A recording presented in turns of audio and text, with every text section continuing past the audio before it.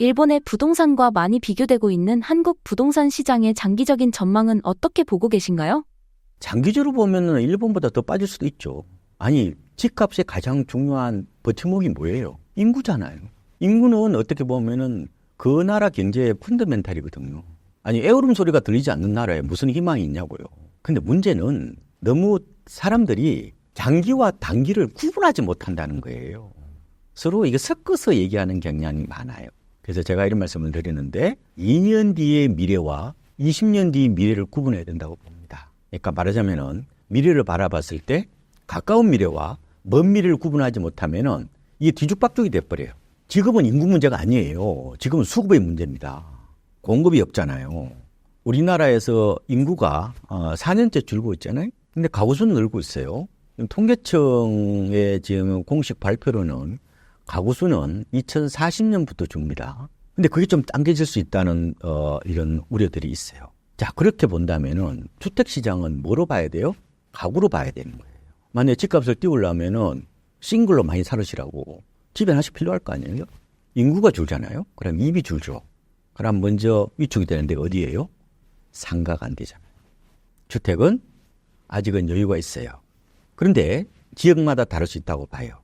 저는 수도권은 인구 쇼크가 올라면은 한 20년 뒤에 정도 올 거라고 봅니다. 근데 지방은 한 10년 정도로 보셔야 돼요. 그 모습이 바로 우리가 우려하는 일본에 대한 걱정하고 맞물려 있는 거예요. 이게 일본에 대한 어떤 그런 문제들은 전망이 틀리든 이게 맞든 간에 어떻게 보면 바위덩어리처럼 이게 우리를 짓누르는 심리적 기저 같은 거거든요. 두려움이죠. 그래서 이제 일본 부동산 버블 붕괴의 어떤 그런 걱정, 이것들이 여전히 화두가 되고 오래됐죠. 1990년도부터 어떻게 보면 그런 얘기가 나왔거든요. 30년 가까이 됐어요. 근데 과연 이제 일본이 우리나라 부동산의 미래일까? 그 부분은 먼 미래에서는 맞다고 봐요. 근데 가까운 미래에서는 반드시 그렇지는 않다. 일본은 약간 거품 붕괴의 과정을 보면은 굉장히 특이한 케이스라고 보면 돼요. 그래서 우리가 이제 심리학에서 말하는 이걸 이제 가용성 휴리스틱이라고 표현합니다.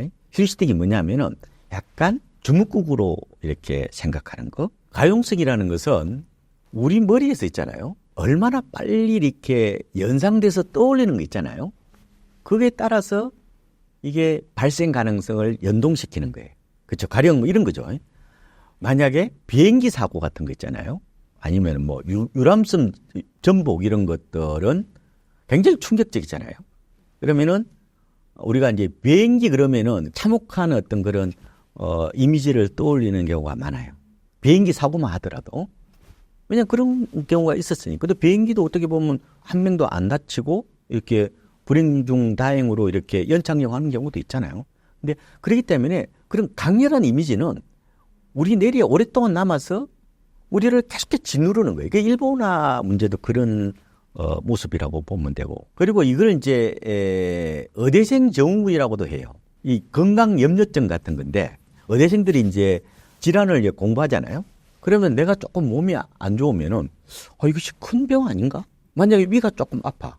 약 먹으면 되는 거잖아요. 근데 이거 큰일 났다. 이거 혹시 위암이 아닌가? 이런 식으로 이제 과도한 걱정을 하게 되는 현상을 이제 의대생 증후군이라고 얘기하는데 어쨌든 일본이 반드시 숙명은 아닌 것 같고 정해진 미래는 없어요. 다만 특히 단기간에는 그러니까 아마 쇼크는 언젠가는 올 겁니다. 언젠가는 오는데 반드시 일본식으로 나올 거냐 그 부분에 대해서는 조금은 단언하기는 좀 어렵다. 우리가 근데 그거는 미래는 가보지 않은 거잖아요.